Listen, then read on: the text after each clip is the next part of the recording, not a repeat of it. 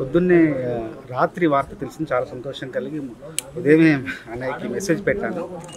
అడుగడుగున మాకు స్ఫూర్తిదాత, ఆదర్శప్రాయులు మీరు మా అందరికీ కూడా అని చెప్పి మెసేజ్ పెట్టాను. అయినా కూడా నాకు సంతృప్తి కలగలేదు. ఒకసారి వచ్చి కలిసి నేను చూద్దామని వచ్చాను. వచ్చి పుష్పగుచ్చం ఇచ్చి అభినందించేసరికి చాలా మురిసిపోయారు.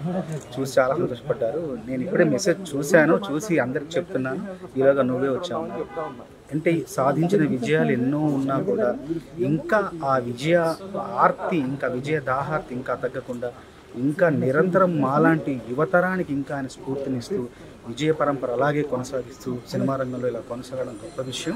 మా చిన్నప్పుడు ఎప్పుడో మేము మోఠా మేస్త్రులు గరణమౌళి సినిమా చూసి సినిమా మీద ఆసక్తి, కుతూహలం పెంచుకొని ఇంత దూరం ప్రయాణించి వచ్చాం. ఇప్పటికీ మాకు స్ఫూర్తిగా నిలబడుతున్న చిరంజీవి గారికి మా అందరి తరపున, తమ్ముళ్ళందరి తరపున శుభాకాంక్షలు, అభినందనలు. నిండు నూరేళ్లు ఆరోగ్యంగా ఆనందంగా ఇంకా వర్ధిల్లాలని కోరుకుంటూ ముగిస్తాను.